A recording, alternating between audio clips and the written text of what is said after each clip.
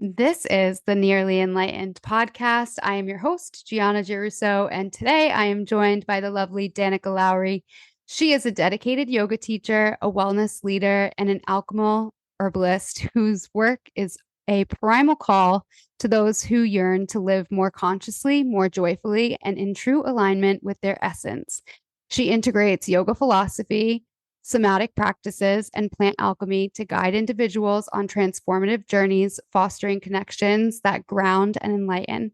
Her work, rooted in both ancient wisdom and modern insights, offers accessible tools for personal evolution and encourages living authentically and intentionally. Welcome back. Thanks for having me. I am so happy you're back. I didn't realize, like I told you this before, but the last time you were on the podcast was 2022, and that feels like that. Why does that feel like eons ago? That doesn't even feel right. I know. So this is like this needs to be like a proper catch up because I feel like you have gone through an expansion period, yes or no? Always. Yes. Yeah. And Yeah. you've launched like some pretty amazing things online. Oh my gosh, I wouldn't even know where to begin with all of that. Yeah. I just Well, and I also think too, whenever you introduced me to the FG Funnels platform, I feel like it just like opened up a whole world of possibility to me. And my creative juices just were just like, oh, I could do this. Oh, I could do that. And I just started doing all these things. I know it's truly amazing what you can do through that platform. It's like actually mind blowing. And I'm not a, it's crazy because I'm actually like not a tech girl at all. And this, like anything that I do here in the digital world is like way beyond my comfort zone. So I really have to applaud you because there is literally so much that you can do in FG, and it's so amazing to like just be able to share that much easier. Yeah, and all in one place too. So, yeah, I've done a lot of stuff since we were last on the podcast together, and I even started my own podcast randomly a year ago. That I just kind of I did like 2 episodes and I like let it die. No, it's not dead. It's just probably on the back burner. It's definitely it's struggling, Well, but maybe I'm we'll happy have to to be do on. like a dual. I'll come on yours and we'll Yeah, get that fire going. well, I'm happy to be on yours. So thanks for inviting me back. Oh my gosh, I'm so happy to have you. I just love people who are doing this work and not only talking the talk, but walking the walk. And you're no exception to that. I've said that to pretty much every guest that's been on. And like, you wouldn't be on this podcast if I didn't like think that you were out there doing God's work. You humble me and honor me. Thank you. Oh. So with I want to talk about a little bit about your yoga work because I feel like Okay. that's really it's been my gateway kind of into the spiritual world and into personal growth and just like development, and I feel like it's a lot of people's gateway. And I know that you have recently been working on your own trainings. So what does Mhm. your training look like? Because I'm really interested in what you're doing there. Tell us Yeah. about So are you talking about Somævolve? Yes, some evolve, yes. Yeah, so Somafluent is a it's kind of a fusion of all of my favorite things. It's a gentle yoga with intuitive movement, but it also incorporates my Somafluent embodiment technique, which is kind of a combination of like personal quantum healing work, but also like somatic like proven, scientifically proven somatic techniques that bring you into biological embodiment. And I can't remember exactly what we talked about last time whenever I was on your show, but it was kind of the thing that I just intuitively created when I was healing from carbon monoxide poisoning. And I don't remember if we talked about that or not. Was it But after? When did that happen? Actually, was it like 2020. okay, so yeah, so a couple years after. I think we touched on it. Yeah, maybe. So But I everyone will have can to go back and listen to that episode. well, I can give a short version here. At the end of 2020 in November, basically we had a defective fireplace in our home and we didn't know it. And my husband is a ship captain, so he works offshore. So I was home alone. He was gone out offshore. And I was I woke up early that morning. I was getting ready to go to my aunt's house for Thanksgiving, and I was cooking and blah, blah, blah. Around 10 a.m., I was like, man, I've got a headache. I feel really weird. I'm going to go lay down. So I set the timer on the oven, so that it would wake me up. And I went to go lay down. And like right whenever I went to go lay down, the carbon monoxide detector went off in the house that had been being poisoned. And it finally got to such a level of carbon monoxide in the home that the detector went off. And anyway, without going into all the details, immediately after that, like 24 hours later, I ended up getting hives all over my body. And I was diagnosed with mast cell activation syndrome, which is like an autoimmune disorder with like a histamine overload in your body. And it was absolutely like deteriorating on every level of my body. It was psychologically damaging to me, not just like because I was physically compromised, but like I couldn't wear clothing. The seams of my clothes were like creating like pressure hives all over my body. I couldn't work anymore because even just walking on the floor, the bottoms of my feet were like swelling up and like breaking out in hives. I couldn't play guitar, so I couldn't perform anymore because my joints and stuff were swelling. And I could not walk up and down the stairs to our house without feeling like I was going to pass out, like I wasn't getting enough oxygen. So basically, what happened there was I wasn't able to practice yoga anymore, like what I thought was yoga, which was Right. just asana, really. Right. So, and Got I was one that. little limb. I know, right? That's One mentioned little limb. like twice in the Yoga Sutras of Patanjali, and it's like important enough to be mentioned like once or twice, but it's not the entirety of yoga, right? And so I wasn't able to practice at the capacity that I had previously like prided myself on. I was, you know, I was great at the physical practice and I loved it. And it forced me to go into the other limbs. And when I started just kind of incorporating what I was doing in my work with myself, and I started to kind of fuse it all together, Somævolve was kind of born out of that. I had already been playing with some of the aspects here and there, like before this all happened, but it kind of brought everything to a culmination point. And it was the single practice that I used on myself to heal my body so that I could live a normal life again after the carbon monoxide poisoning. And then I started bringing it to my local community, and the people that started doing it were seeing the benefits that I had seen in myself. Like I had one student in particular who was a chronic pain patient. He had been shot several times in his abdomen. And when he was coming to classes, like he had like a compression, what is like a compression belt. I almost said a girdle, a compression Like same, belt. same. Yeah, and he was like having to hold his abdomen in, right? And he had like mesh in there. He had a lot of like reconstructive surgeries and stuff. And he started coming to Somafluent class. He was also doing my Kundalini classes too. And he he just saw so much physical restoration in his body that he was like, I never thought this was possible for myself to actually be pain-free. And to start seeing like restoration not just in his physical body but in his mind and in his emotion, like his emotional intelligence and stuff too. So there's some really wonderful a myriad of benefits that I think come from it. And it's not just something that I've seen in my own personal journey, but it's happening for other people too. And so, yeah, I love the practice. And I started to put together all of the kind of tenets that I created the practice on. And I created like a 25-hour, 3-day weekend training for yoga teachers. And so this past autumn of 2023 was my first training ever. And it went so wonderfully.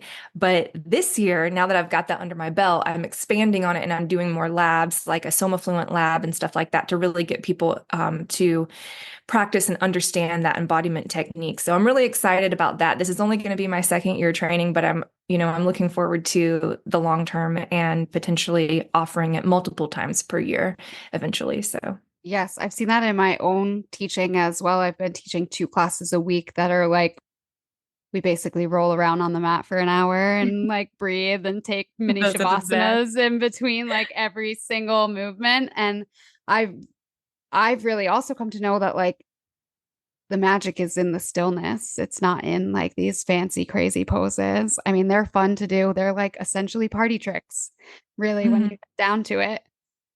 Well, I think that there's magic in all of it. There's Yes, magic in, absolutely. but when we're in such a hyper mobile, young type of society that we're accustomed to, I think like the real like juicy magic is like you said in the stillness, but there's a type of magic that comes from all the other types of postures too, because it takes a certain level of determination to get to those points. And so there's merit in all of it. But yeah, Yeah.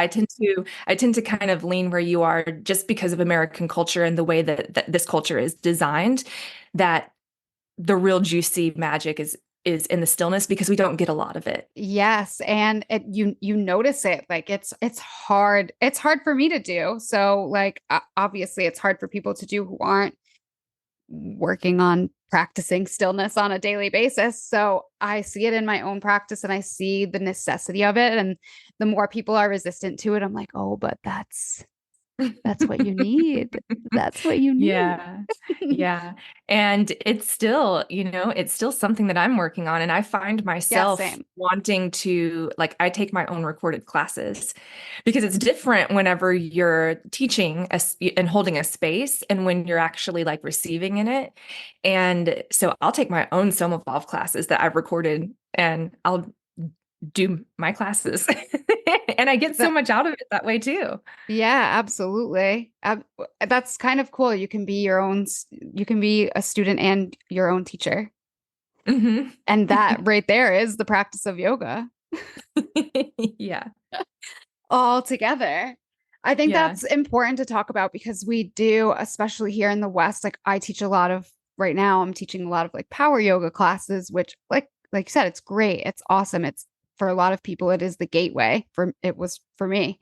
But I do see that we have watered down the practice here in the West. And when you give people a little more than just their fitness power yoga class, there's like a little bit of resistance there. And I see Yeah. that. I mean, it's been a learning opportunity for me too, because it's like, okay, well, how, like, why is this showing up for me? And like, where am I doing this? And how can I bring it back to my classes where we're still getting like a great workout, a great sweat, but we're gonna learn some ancient principles. Yeah. And I think I've found in my own reflections that I think American culture and maybe just modern culture in general has kind of taken the spirituality out of everyday life. But as someone who comes from a multicultural background, with my dad's family traditionally being Native American, one of the hallmarks of Native American culture that people seem to be so enraptured by, but they have issues kind of actually implementing it in their lives, is that everything about us being alive is spiritual. Yes. And how you do your life is how you do your spirituality. Your spirituality is not just once a week going into some place and like, praying or whatever. It's like you being in your body and being I've got my little squishy block right here that I'm holding. No, that's okay. I'm always like sniffing my spearmint or like something silly. So do what you need to do. But you being an aspect of the tapestry of God's creation is spiritual in and of itself. So we're inherently spiritual, and how you do your life is how you do your spirituality. And I really share the sentiment that you just said, is that we kind of, and here in the West, Western culture kind of wants yoga to be just a workout, and I think. Oh, that's my cat. I thought it was. So, I think that I think I lost my train of thought because my cat is trying to get out of the room. So No, let it's me okay. They're watch. little coworkers. I have two, and they are always like in everything I do. Well, I was thinking that she was going to go to sleep because she was trying to get in, and then now she wants out. So I don't know. It's it's okay. I think I can help you jog your train of thought. So we were talking about how like here in the West, we kind of want yoga to be just a fitness class, but actually it's like meant to be so much more than that. The fitness is like Mm. one. Yeah. And so what I've found um, causes the resistance is that there's a fear of that it might be some sort of like religion underneath it, or a door, like a portal or something to the occult. And I've been seeing this uptick recently on Facebook of just people, like just Christians in particular, just dragging yoga like through the cyber streets and just trying to like, like stone and besmirch the practice as, some sort of portal to like demonic activity or something. And it just couldn't be further from the truth. And when and perhaps this is because I come from a multicultural background, but I see the similarities in Muskogee culture, in Christianity, in yoga philosophy. And I feel like part of my duty here on earth is to start to bridge the gaps between all of these different places um and start to kind of weave them together. And so I actually, like when I was teaching Kundalini classes on Sunday, I would often bring in a biblical scripture that would support the yoga philosophy that I was teaching that day. Oh, I And I would love use that. both of them. And I had people that would come to my classes that would bring their church clothes, and they would, after Kundalini, they would get ready in the bathroom and they would go to church again. It was their second time going to church because the first time was at my class, right? And I just try to kind of like calm the fear that people feel around not really understanding what the philosophy is, but it's a user's manual To for the how, body. well, and how to live your life Life. in right Yeah. relationship, and to remember your divinity as a child of God, and the God of your understanding. So it's not a religion, although it was created by a culture that had a religion. So, I love that you're bringing this up because this is something that I have kind of been grappling with too. I come from like a Christian background. I grew up Roman Catholic, but with that, I kind of had like my grandparents, my dad's side of the family, my grandmother could definitely be labeled as probably like a Strega witch. Like she knew some like crazy herbal things, dream work, like all of that stuff. So my view of Christianity has always been a little like, oh, well, we practice this here, but it like don't tell the family priest. Because that could be labeled something that like looks like witchcraft. well, if you wouldn't have been burned in, the 17th century, are you even living life? Yeah, exactly. I think there's a lot of us that are moving past that wound. It's funny. I've talked to a few people about that lately. It's like I came in with throat chakra stuff. It's like, oh, how many times was I hung? Right. Yeah, I definitely feel like our generation is the generation of curse breakers that are really like maybe the first generation that have the tools to actually work through some of our ancestral stuff that's being like carried down in our family lines and stuff. So, yeah. That's where all of this work kind of was like how I'm here. It's Hmm. why I'm doing what I'm doing. So, Hmm. yeah, I totally feel that too. You feel the shift happening and it's kind of exciting. I was just Oh, talking. it's all exciting. Yeah. Yeah. Oh, it's so good to catch up with you. I know. It's good to be here. Yeah. I'm so this whole theme of this season has been me like moving through grief and loss and just coming back to this place of center. And I've said this in a lot of episodes recently, like I'm not part of that positive vibes only crowd, but I am here to shift the narrative and to show that like there's a better way of living, a more connected way of living. And until you start to do the work to clear the channels and to move past those things that are programming. Like find the work, find the practitioner for you, do it. It's Mhm. important.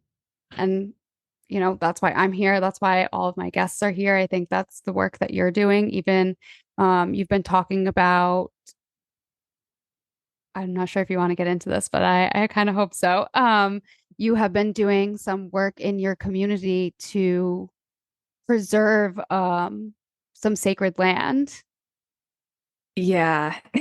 Yeah, I have. And I, like, for one, as a friend, like, I'm so proud that you are not being bullied by the man and you're preserving not only this historical site, but this sacred land.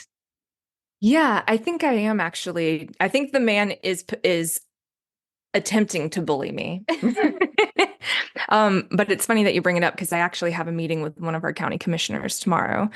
Um, So would you like to tell our listeners a little bit about the backstory and just a little bit about the story yeah, I don't and want to this get land? too much into it. I Okay. am working directly with the chief of staff of the some of the tribes out west.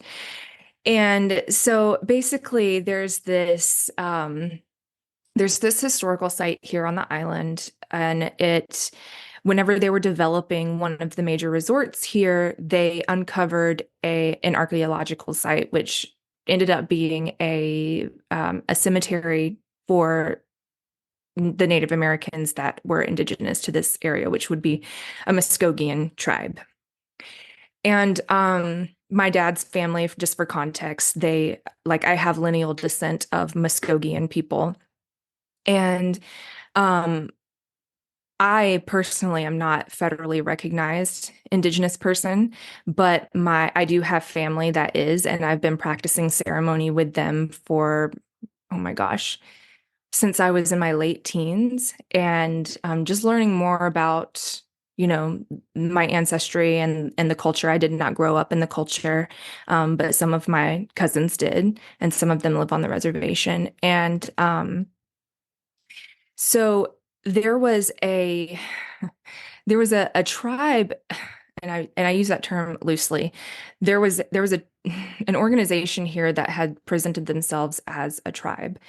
And when I began working there to help them kind of bring their records and things into the digital age, they were presented to me as a legitimate tribe.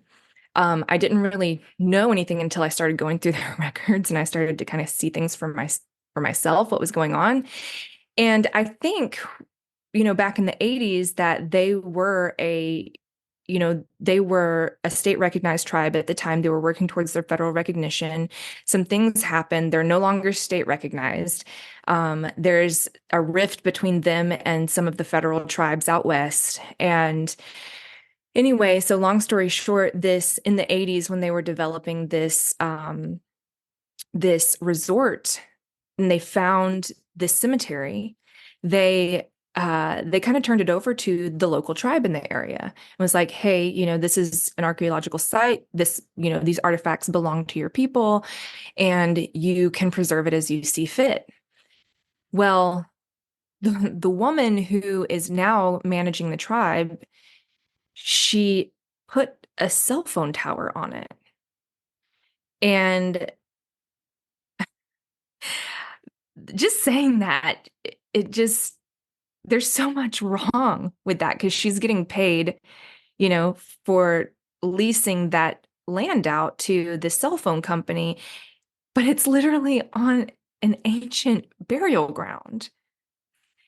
And that was not congruent with the deed restrictions of that land.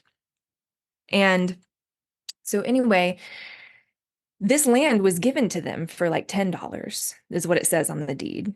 And so now that there's all of this development going on in the area, because we're now this area is known as the Hamptons of the South.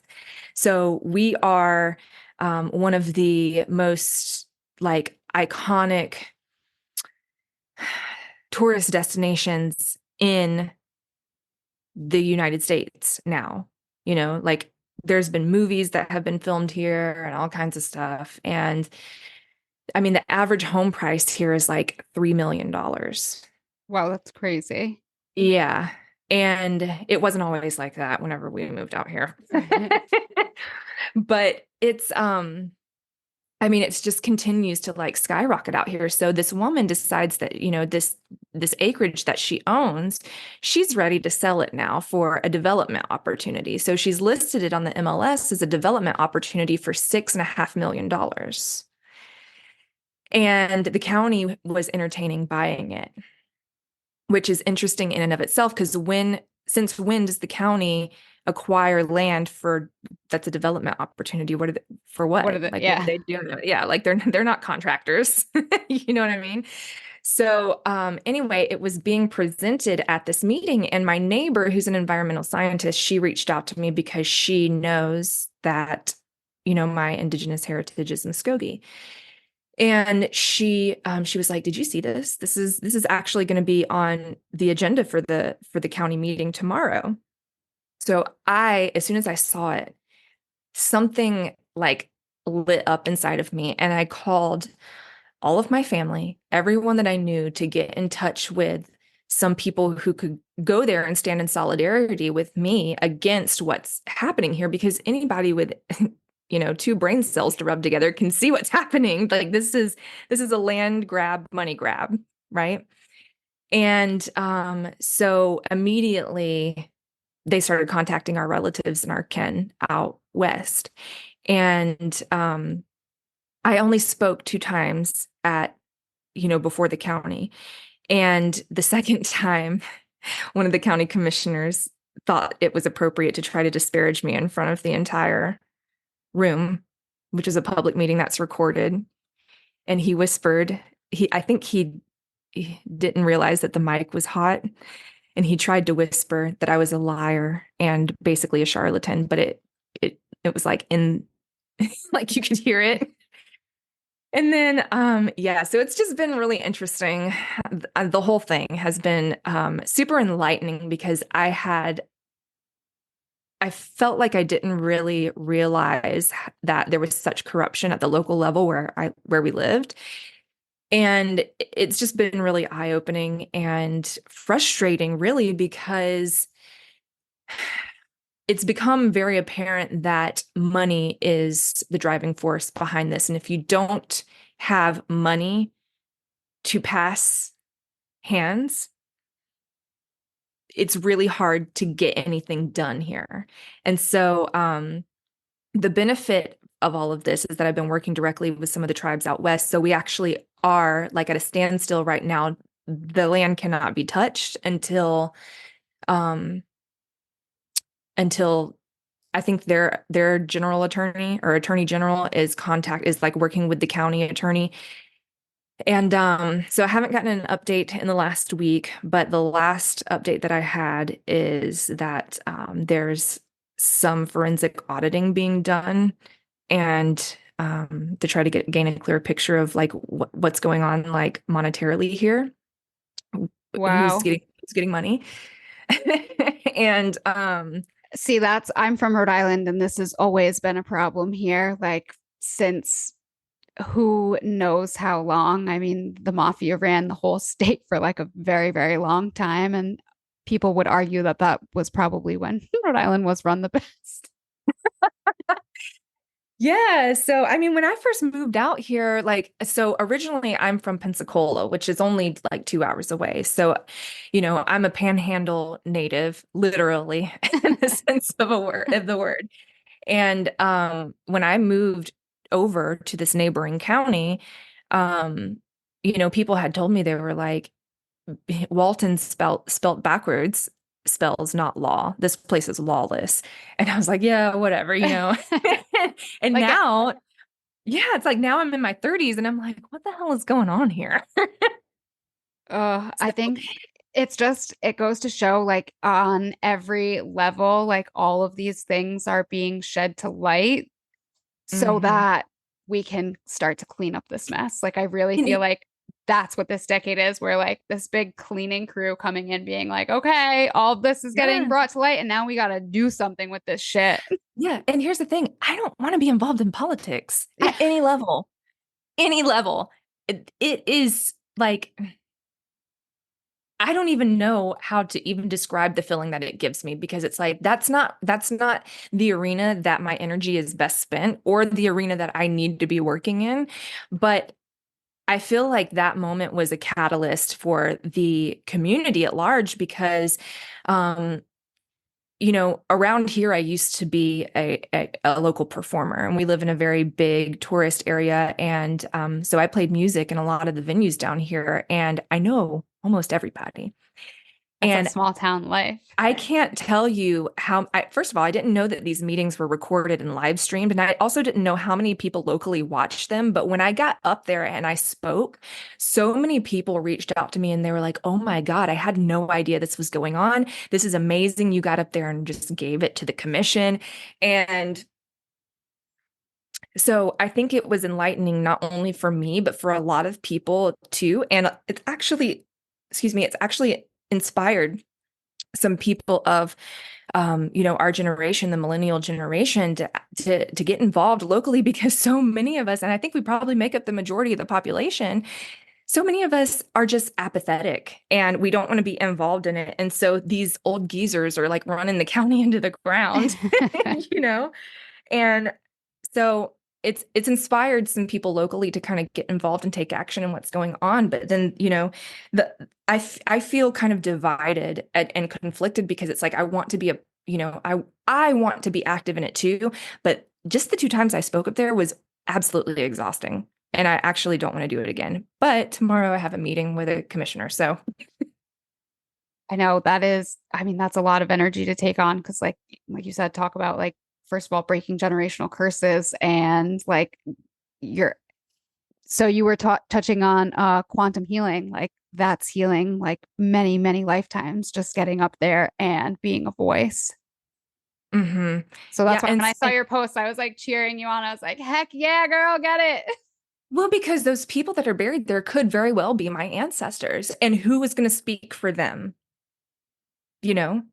Absolutely. And And honestly, when I got up there and I was talking, it felt like there was like spirit coming through me that felt ancestral. yeah, oh my So God, I got goosebumps. I feel like that was, yeah, I like felt that. I mean, I felt it too. That's what it felt like whenever I got up there and was speaking, and this one county commissioner, like literally in front of everybody, tried to deny my civil right to speak. He wasn't going to let me speak. And yeah, I look back and I watch those videos and I'm like, dang, I really did handle that well because I could have showed my ass. Yeah, I mean, just the level of courage it takes, like you said, to be like, okay, I don't want to be involved in politics. I don't want to be doing this. But like when you look at it through the lens of like what's right and wrong, and Yeah. just kind of, talking about this with one of my friends earlier, like putting on your big girl pants and just being like, okay, let's rally. We got to do this. Yeah, because at that point, even if I don't choose to be involved, moving forward, I've already done something that has catalyzed the community and enlightened the community. And people have not stopped talking about it since.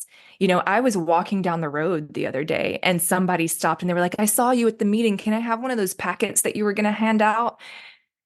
And I was like, oh, yeah, of course. I'll put one. In your mailbox. So yeah, it's been a wild ride. And it's not something that I ever saw myself being involved in. And I have no desire to be involved in it truly. But just like you said, when it comes down to what's right and what's wrong, there comes a moment where you can't keep your mouth shut because silence is being complicit. Right. I mean, we've seen it throughout history. What happens when you just like be a bystander and just say, well, this doesn't affect me. So I'm going to keep moving this way. It's like, I think a lot of us are having that wake up call of like, okay, now we have to really like step into what we've been talking about, what we've been, I mean, quite literally, like when you're a yoga teacher and you're doing this work for yourself and then you're teaching other people how to do this work, you're igniting it in the hearts of many. So Yeah. at many levels, you have been living this for a long time. Well, and I think the thing that, you know,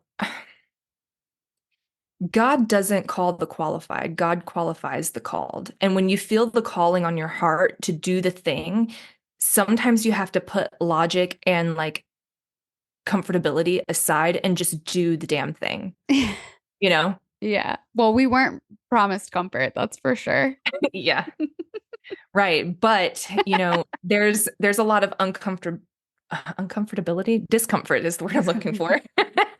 That comes with, putting yourself on a podium and talking against what seems like the majority of people would just allow happen, you know? Yeah. And yeah, And it I think was, that's been going on way too long on many multiple levels of government here in the United States, of like people just turning the other way and being like, oh, well, it doesn't affect me. And this little like boys club or whatever it is, making all of these decisions for the many with only Mhm. their best interest at heart. So I feel like a lot of people are starting to wake up and realize like, it's not going to be the government that's going to save you. Right, exactly. There's no salvation by legislation. No. Yeah, Oh, it's well, I it's love a true. hot take. And this is the uncomfortable conversations that a lot of people don't want to have. And I'll gladly have them because, like I said on the podcast before, right before this, like we don't all have to have the same views, but we have to learn how to come to the table and talk about those different views and not feel attacked by somebody else's different point of view or just like a different perspective. Yeah, I think that a lot of those feelings of like personal attack come from when people identify with their beliefs as if that's like, an identity marker for them, which we're Yeah. seeing a lot of in, modernity and, modern times. People are like putting their beliefs or their opinions as identity markers in their Instagram profiles and stuff, And so then when you disagree, it's no longer just a disagreement on an opinion. Now it's become a personal attack because now you're like, you disagree with me fundamentally as a human. This is a personal attack against who I am. And that's actually not true. That's an illusion.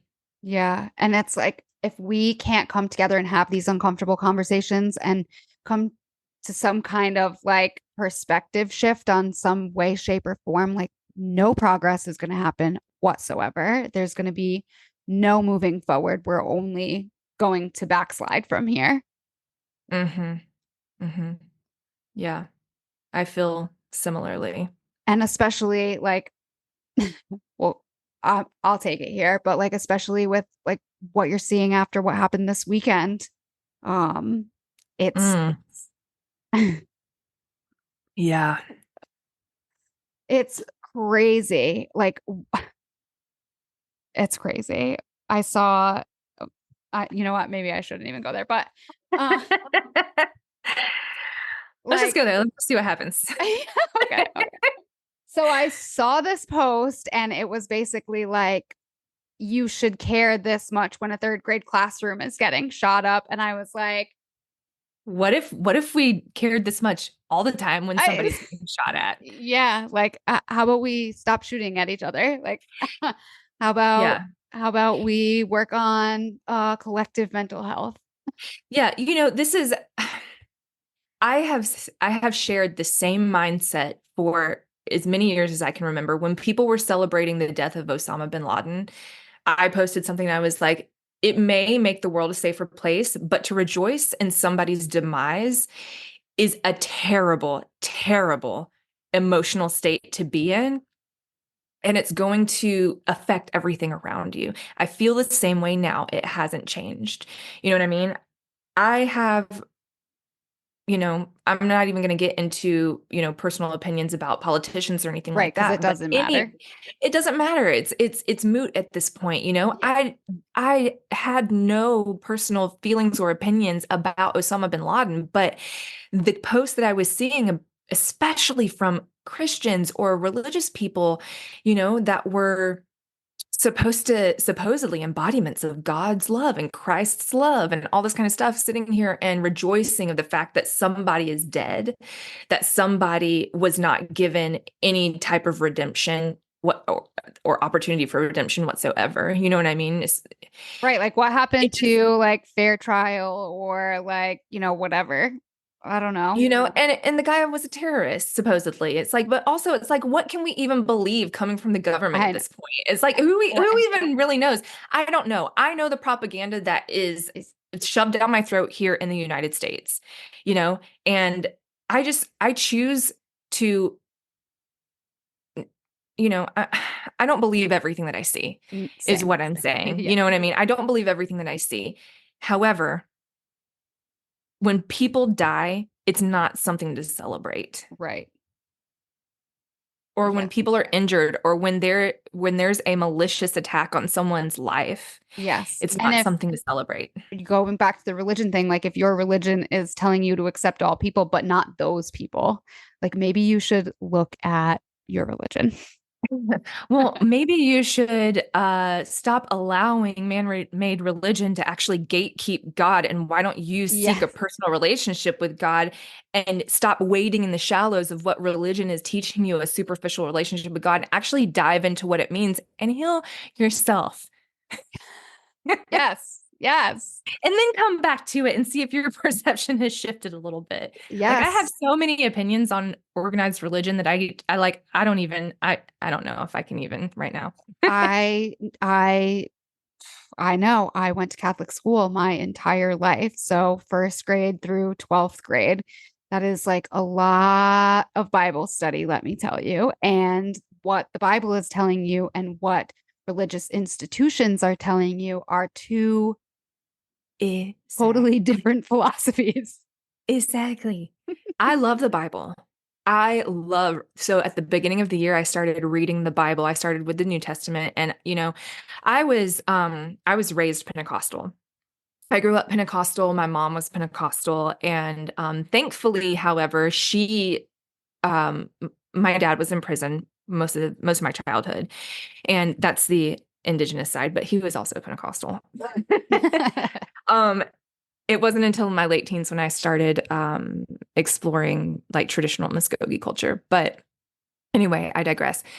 I was raised Pentecostal, and so I know the Bible. By the time I was about 9 or 10 years old, my mom was working so much that she wasn't going to church anymore. And I was able to be like, I'm not going either because this shit scares me. I don't like it, you know? But this year, at the beginning of this year, I started reading the New Testament from the beginning, and I'm going through all the way to the end. And I have a journal where I'm going verse for verse. And I have this app on my phone called Parallel Plus where I can take each verse and I can compare it with other translations of that verse. Oh, I love And that. yeah, because I want to understand with the Eastern ancient mind, which was how the Bible was written, like Right. what is the context? I need to know the context of these things because some of the most damaging ideology that I've seen come out of like organized religion is people teaching scripture out of context and I making mean, it fit right. their It's so funny because right in the Bible it says, like, do not put your own spin on this. Like, yeah, this well, is the way it is, and do not use your human mind to create assumptions upon this. yeah, they make, the preachers and people, they make it fit their own narrative. And so I'm going through verse for verse. And what I'm understanding in the Bible is that there's spiritual layers to it. It hits you wherever you're at, and you get what you need out of it. And so, like, my husband takes it very literally. He sees just the surface level of it, and he just applies it in the most basic way to his life that he can. When I read the Bible, I see a wildly esoteric, mystical text that is talking about the psychological drama that human consciousness goes through when it's going through cycles of enlightenment. And if And you compare it to other texts, like you were saying, like the Yoga Sutras, it is yes, very much saying the same fucking yes. thing. Yes, exactly. And so what this has done for me is not only has it deepened my relationship with God, it's it has, and maybe we talked about this 2 years ago, but I think God we is did. no longer a personality to me or a character for worship. God is a pure principle. It's the driving force of creation. God is alive in me. And it says it in the Bible over and over again that I'm the temple, I'm the dwelling place of God and Christ lives in me. And again, going back to the Yoga Sutras, it says the same thing. Your body is your Yes, temple, clear and cleanse the temple, keep the temple clear. Like right. it is the same Exactly. thing. This is the house of God. Yes, do not look here, do not look there. Don't believe anybody whenever they tell you the kingdom of God is here or there because it won't come by observation. It is within you. That's what Jesus said, right? I and my Father are one, but my Father is greater than I, right? And I had this dream many years ago, and when I woke up, I wrote an entire poem about it. But in the dream, the one line that kind of stuck with me is the second coming of Christ is the becoming of mankind. Woo, Yeah. And so I got the goosebumps again. And so the I and my Father are one. Like when you really understand that and you understand what faith is, because I thought I knew what faith was. It's one thing to conceptualize it and try to explain it to someone and for it to click viscerally in your body and understand that it is done because God said.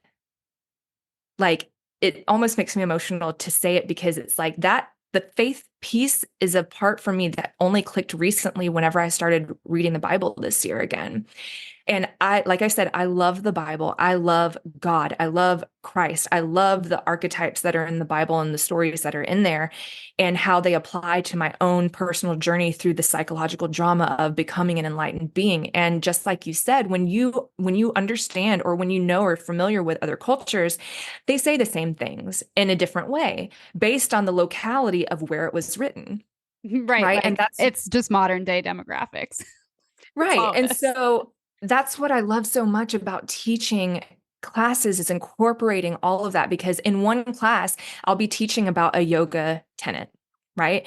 But I will use stories from Muskogee culture and from the Bible to bolster it and talk about, my traditional culture, but then also in a language of Christianity that people here in the Bible Belt are very familiar with.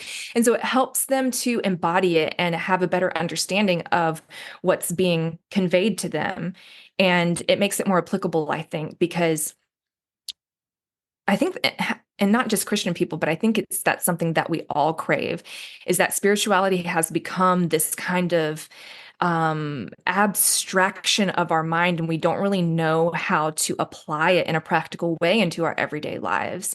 And I think the bridging of the gaps and putting it in a language that people can relate to and understand in their own culture and their own understanding of a higher power makes it that much more applicable so that they can practically apply it in their life. Because if it's not practically applied, it's always going to stay a mental abstraction. Yes, you actually, I'm going to bring it up because you actually posted about something yesterday that I reshared and I actually screenshot it because I just felt it so deep in my bones. Um, but it was a quote by Werner Heisenberg that you Yeah. posted yesterday. The first gulp from the glass of natural scientists will, of sciences will make you an atheist, but at the bottom of the glass, God is waiting for you. And Yeah. That's what I love so much about quantum physics too, is like because I'm a quantum physics and a metaphysics enthusiast and I talk about a lot of that in my classes too, because in yoga philosophy, like the ganas, like that stuff is science, but they're explaining it in the language of that time, so right? for people And who might not be backing up just a little, for people who might not be familiar with that, just to briefly explain like what the ganas are. so did you just like putting me on the spot right Uh, now? we can Google it too if we want like exact. Yeah, it's basically like inertia and it's these different aspects of physics that are explained in yoga philosophy in an ancient way. And if you have the eyes to see and the ears to hear, you can and you can actually bridge the gap between science and spirituality, which is what I love to do in a lot of my work, like in my Kundalini decrypted class and my vocal pelvic correlation course. I'm bridging the gap between science and spirituality. aspects of physics and quantum physics into the spiritual teachings to show you the parallels and like what they're talking about. And so, yes, I love that quote so much because quantum physics has brought me full circle back to God. I had questioned whether there was a God much of my childhood just because of what religion had done to me and what I'd seen organized religion do in the world, the atrocities that have been committed in God's name made me reject God. And so I moved into the worlds of science and like occultism. And the deeper I got and into that, into those aspects of myself and started peeling back the layers, I found God. And Yeah. just like the quote said, God was waiting for me there underneath all of that stuff. And so I think the personal journey is so important, and to not just do what these religious zealots are telling you to do. You have to embody it. You have to understand it, or you're never going to have the type of relationship with God that you're craving. Yes, and I go back to talking about this. I've talked about it a couple of times on this season alone. Jesus was a renegade. Like he was flipping tables in the temple and he was calling Pharisees hypocrites and He was a criminal of the time. You know what I yeah. mean? Like he was considered a criminal. And I mean, he stood against the Pharisees and he stood against the Romans. Like you said, he was a renegade. Yeah. Absolutely, he was a renegade. Well, it goes back to what you Arrested. said. It goes back to about what you said too about God qualifying the called. Like you're not Mhm. born qualified. No one is. Right. And see, a lot of people would argue that Jesus was born that way. You know what I mean? Like, and when you start looking at the Bible with different eyes and understanding, and you start looking at it from the perspective of different archetypes, you understand the Immaculate Conception as something that happens in your mind and your spirit and your psychology. Like, to conceive of something as a creator made in the image of God is the Immaculate Conception of a reality or a thing, or yeah.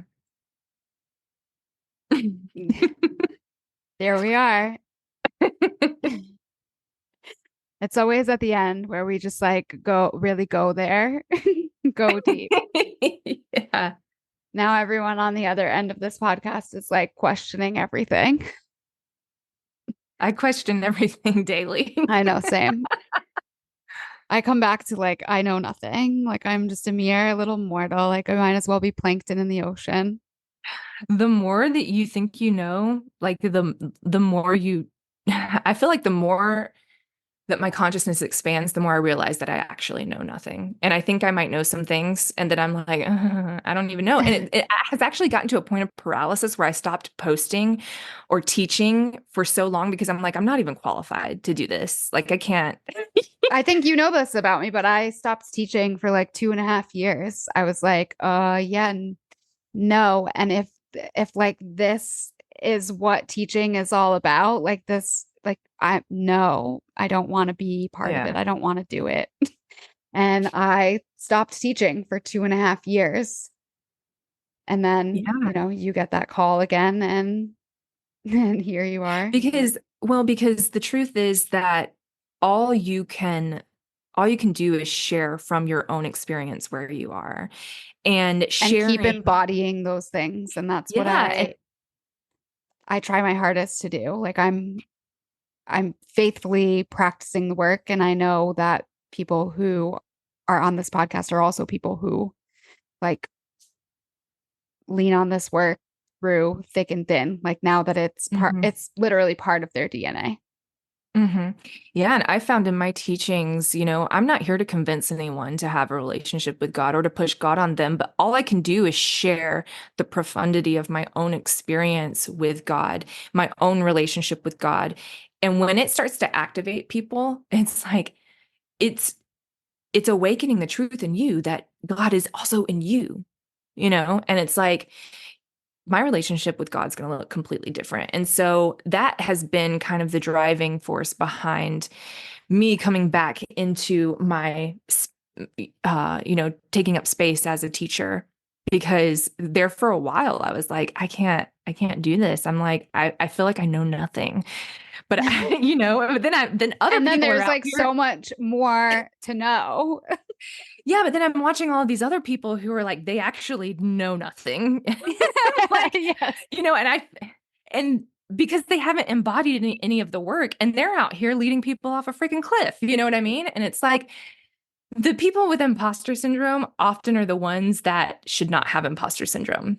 And it's like there comes a moment where you actually have to take a self audit and be like, is there a reason for this, or is it because you feel like there's so much more to know and you feel afraid to share where you are because it might change, you know? Yes.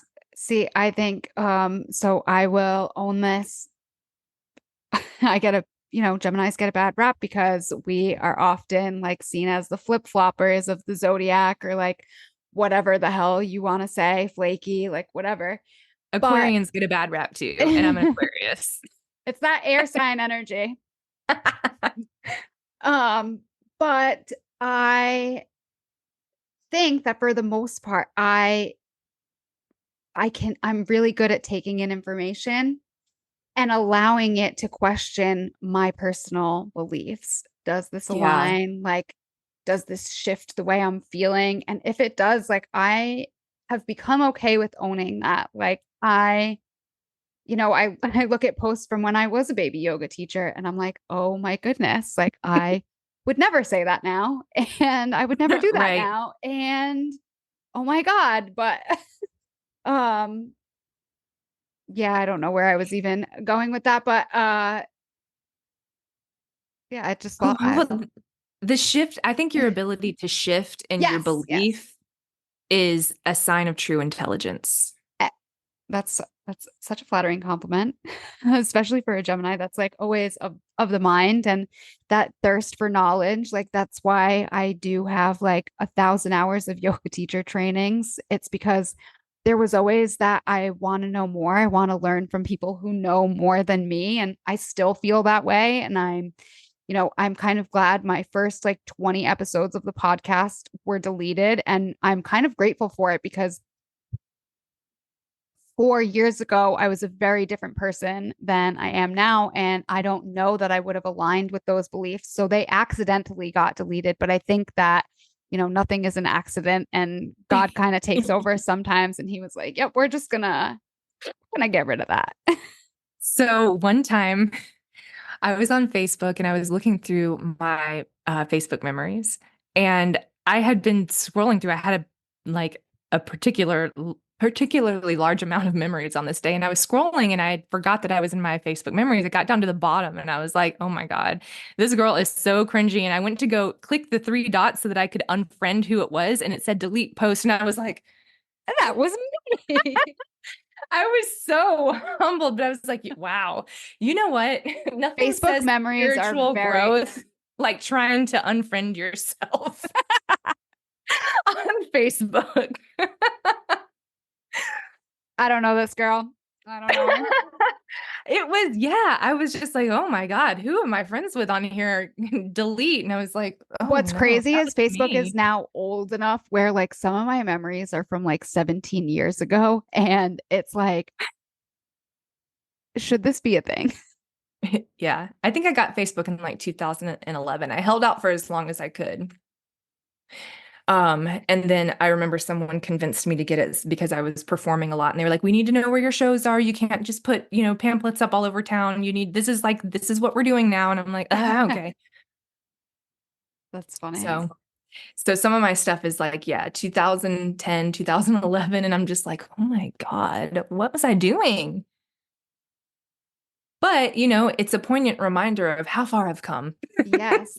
Yes, it is. And that there's always room for growth and improvement. Yeah.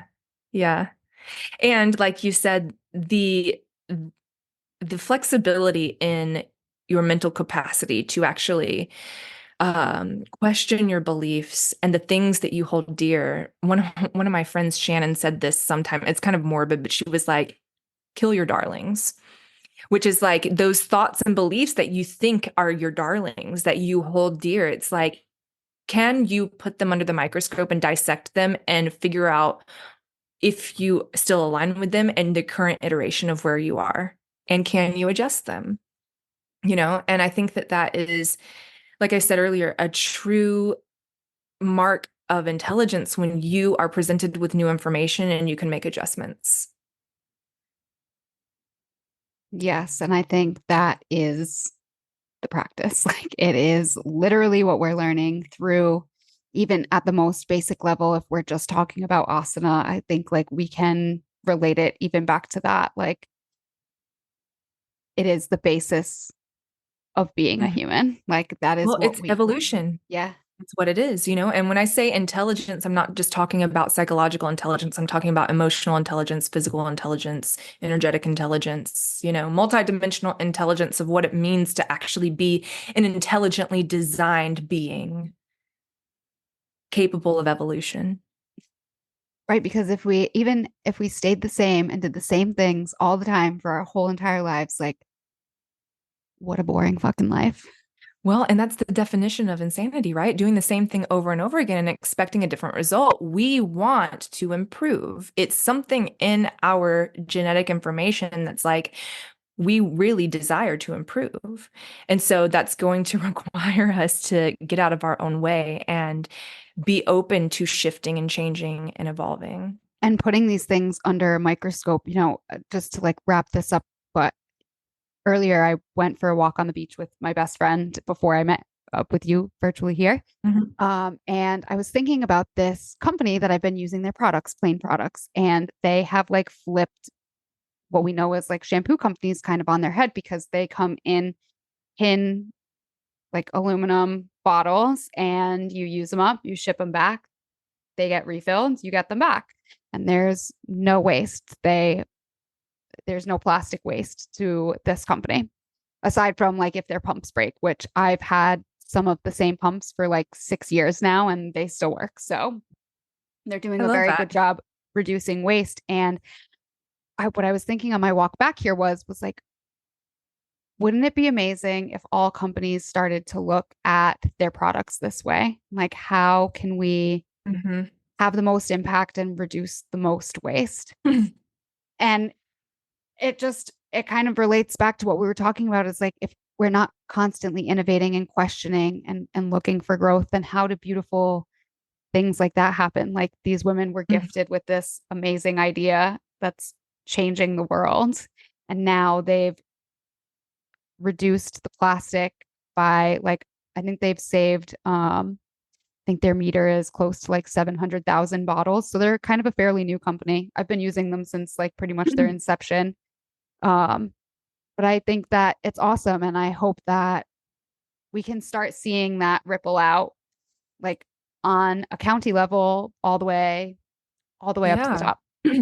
Well, I think sometimes the old beliefs, the old paradigms, the old ways of doing things, they serve us up to a certain point, and then there needs to be a revolution of them, and not just like on a physical level, but internally, ideas, beliefs, and not just physical practices, but the practices internal that do reflect out into the ways that we make moves in the world. And this just goes back to, doing the same thing and expecting a different result is insanity.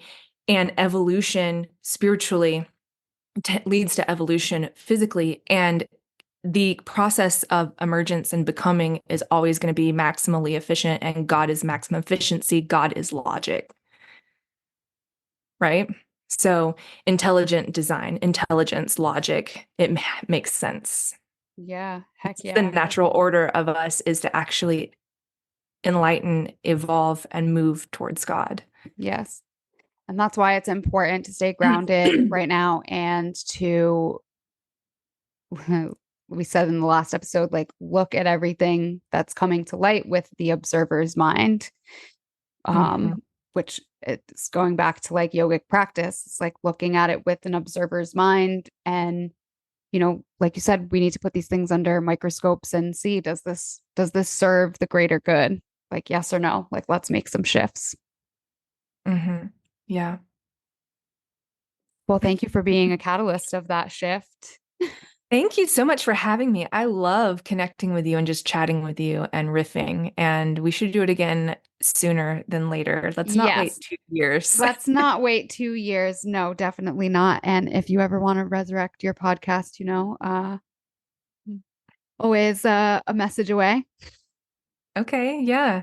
I think the thing I struggle with is like, well, what am I going to talk about? And then I have so many things I want to talk about that I get experience the overwhelm. I know. I think I got that a little bit at the beginning of this podcast. And then I had to be like, okay, like let me move myself out of this. And right before I always meet up, I always say, like, God work through me, like whatever you want to talk about, like let's move through me. I'm Yeah. the conduit. All right. Well, I'm looking forward to the next time that you'll have me Yes. on your You show. have my schedule anytime. Okay. Sounds good. I'm just gonna like come on weekly.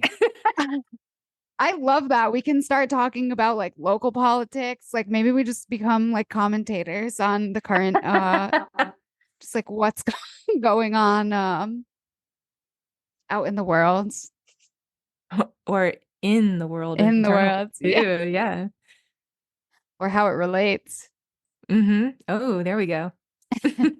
So stay tuned for that. If you want to connect with Danica, I will share all of her links in the show notes so you can find it there. She's got lots of good stuff. You can work with her virtually as well as in person if you are in the upper Florida region.